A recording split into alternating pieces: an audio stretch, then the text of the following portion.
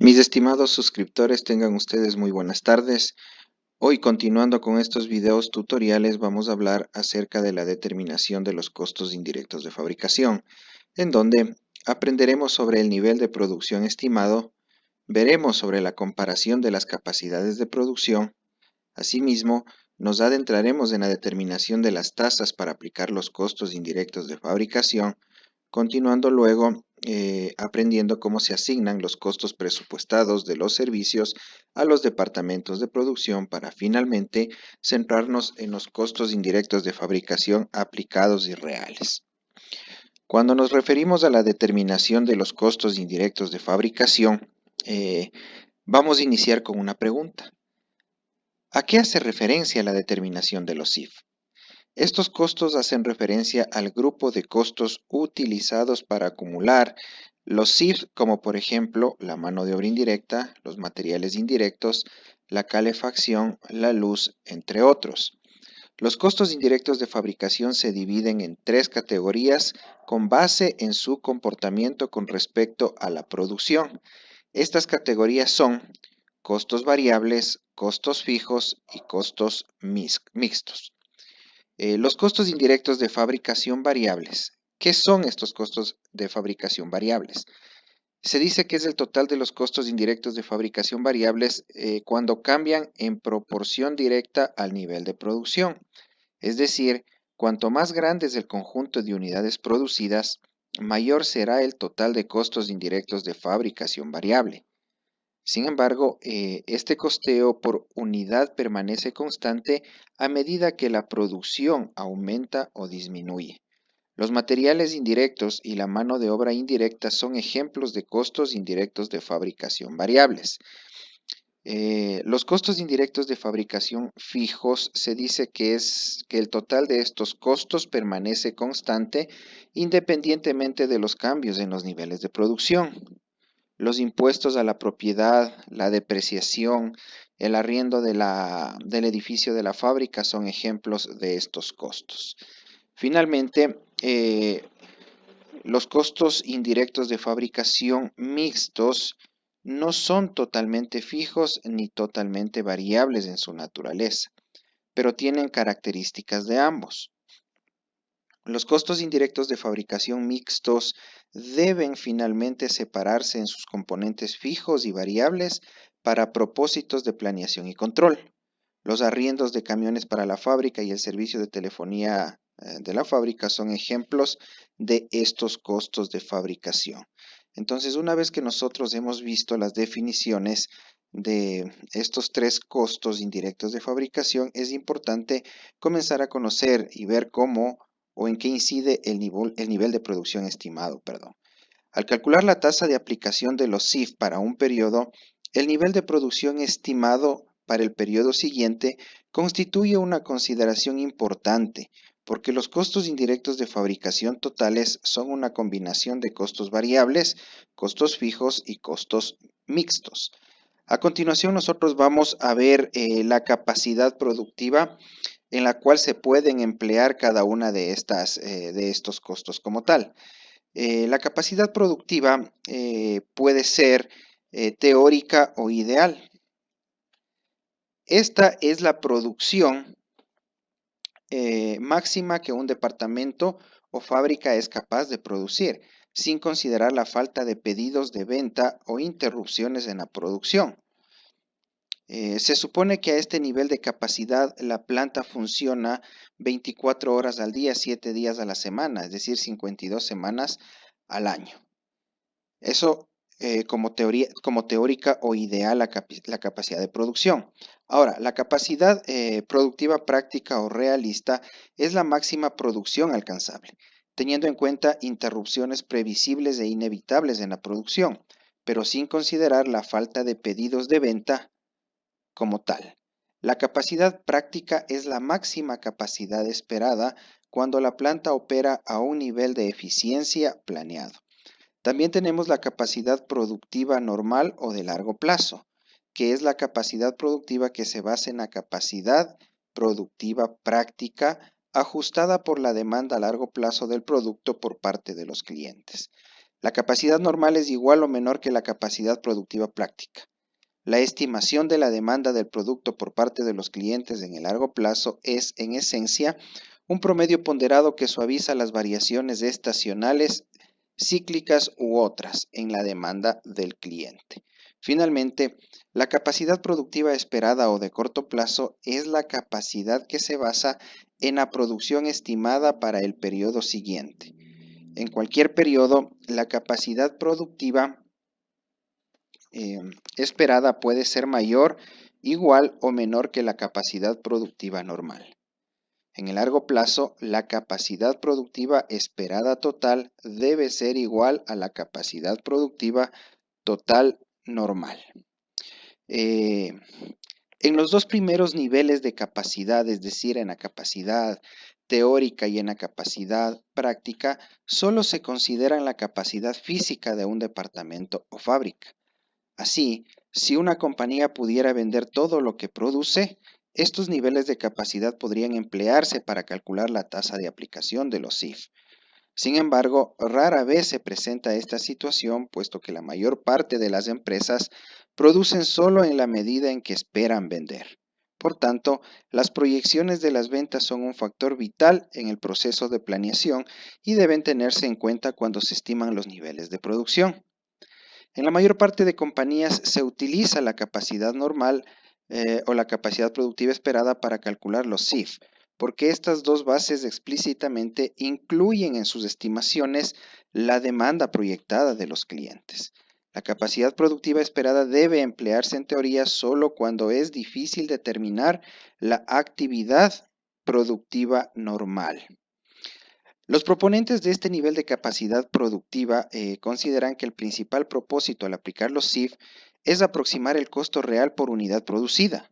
Al emplear la producción esperada como base para calcular la tasa de aplicación de los CIF, debe suministrarse la aproximación más estrecha del costo unitario del producto para el periodo siguiente.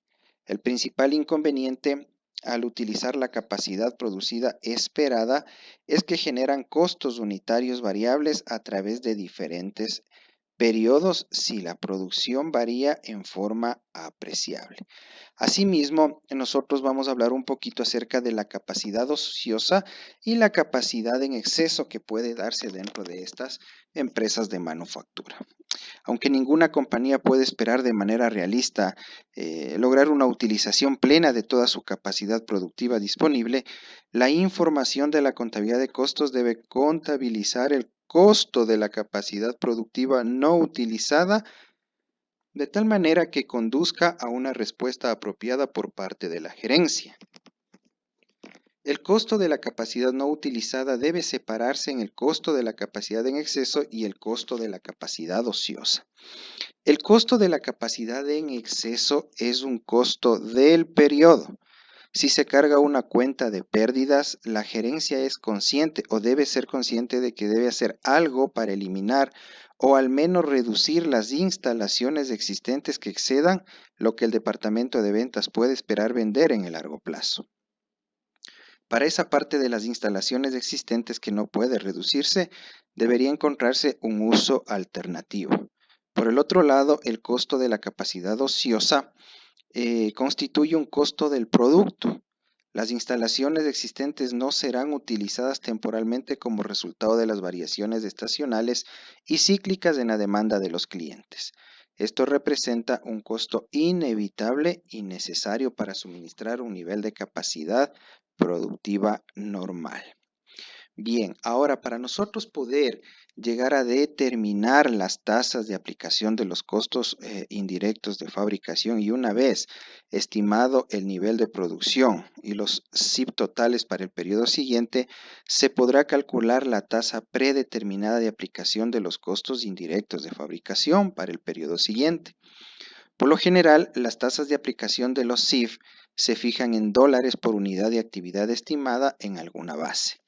Recuerda, no hay reglas absolutas para determinar qué base usar como la actividad del denominador de la fórmula. Sin embargo, debe haber una relación directa entre la base de costos indirectos de fabricación.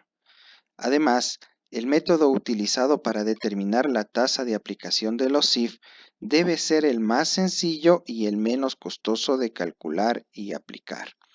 Una vez estimados los costos indirectos de fabricación totales y escogida la base, debe estimarse el nivel de capacidad normal con el fin de calcular la tasa de aplicación de los costos indirectos de fabricación, cuya fórmula está expresada en la lámina que ustedes están observando, en donde los costos indirectos de fabricación estimados sobre la base estimada en la actividad del denominador que nosotros estábamos hablando, nos da la tasa de aplicación de los CIF por unidad, por hora, por dólar, etcétera, dependiendo de la base que nosotros vayamos a utilizar.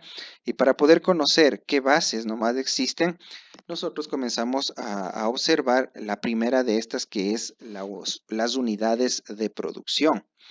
Este método es muy simple, puesto que los datos sobre las unidades producidas fácilmente se encuentran disponibles para aplicar los CIF. Fijémonos en la siguiente fórmula, ¿sí?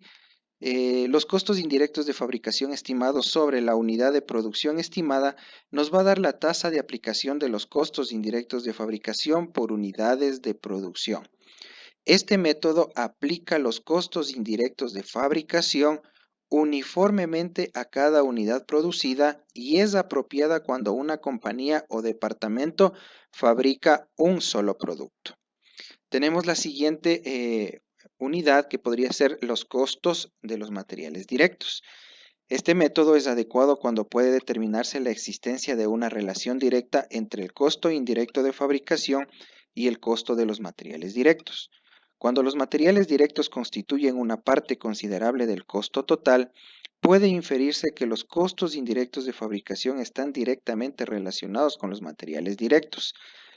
La fórmula de cálculo es como la que tienen ustedes en la lámina que están observando, sí, y es el costo indirecto de fabricación estimado sobre los costos de los materiales directos estimados por 100, me va a dar el porcentaje del costo de los materiales directos. En esta base es importante saber que un costo directo que surge al utilizar el costo de los materiales directos como base cuando se fabrica más de un producto es que los diferentes productos requieren cantidades y tipos variables de materiales directos con costos de adquisición diferentes. Por tanto, deben determinarse diferentes tasas de aplicación de CIF para cada producto. A continuación veremos el costo de la mano de obra directa. Esta base es utilizada con mayor amplitud porque los costos de mano de obra directa por lo general se encuentran estrechamente relacionadas con el costo indirecto de fabricación y se dispone con facilidad de los datos sobre la nómina. Por tanto, esto satisface los objetivos de tener una relación directa con el costo indirecto de fabricación que sea fácil de calcular y aplicar y que además requieran pocos costos adicionales por calcular si es que se necesita. Así, este método es apropiado cuando existe una relación directa entre el costo de mano de obra directa y los costos indirectos de fabricación. Fijémonos en su fórmula, que son los costos indirectos de fabricación estimados sobre el costo de la mano de obra estimada por 100, me va a dar el porcentaje del costo de la mano de obra. Ahora, si existe una relación directa entre el costo indirecto de fabricación con el costo de la mano de obra directa, pero las tasas salariales varían de manera considerable dentro de los departamentos, la base de horas de mano de obra directa puede ser la más adecuada. Este método es apropiado cuando existe una relación directa entre los costos indirectos de fabricación y las horas de mano de obra directa, y cuando hay una significativa disparidad en las tasas salariales por hora. Este método, al igual que el método del costo de la mano de obra directa, sería inapropiado si los costos indirectos de fabricación constaran de costos no relacionados con actividades de la mano de obra. Finalmente, al hablar de las horas máquina como otro eh, método o como otra fórmula para nosotros poder calcularlo, se dice que este método utiliza el tiempo requerido por las máquinas cuando realizan operaciones similares como base para calcular la tasa de aplicación de los costos indirectos de fabricación. Este método es apropiado cuando existe una relación directa entre los costos indirectos de fabricación y las horas máquina. Por lo general, esto ocurre en compañías o departamentos que están considerablemente automatizados, de tal manera que la mayor parte de los costos indirectos de fabricación incluye la depreciación sobre el equipo de la fábrica y otros costos relacionados en el equipo. Asimismo, su fórmula sería los costos indirectos de fabricación estimados sobre las horas máquina estimadas me da la tasa de aplicación de los costos indirectos de fabricación por hora máquina. Mis estimados suscriptores, con esta explicación hemos llegado a la parte final de esta primera fase respecto de la determinación de los costos indirectos de fabricación. Nosotros en un nuevo video complementaremos esta partecita de los costos indirectos de fabricación para dejar culminado esta primera parte. Les agradezco por su atención. Buenas tardes.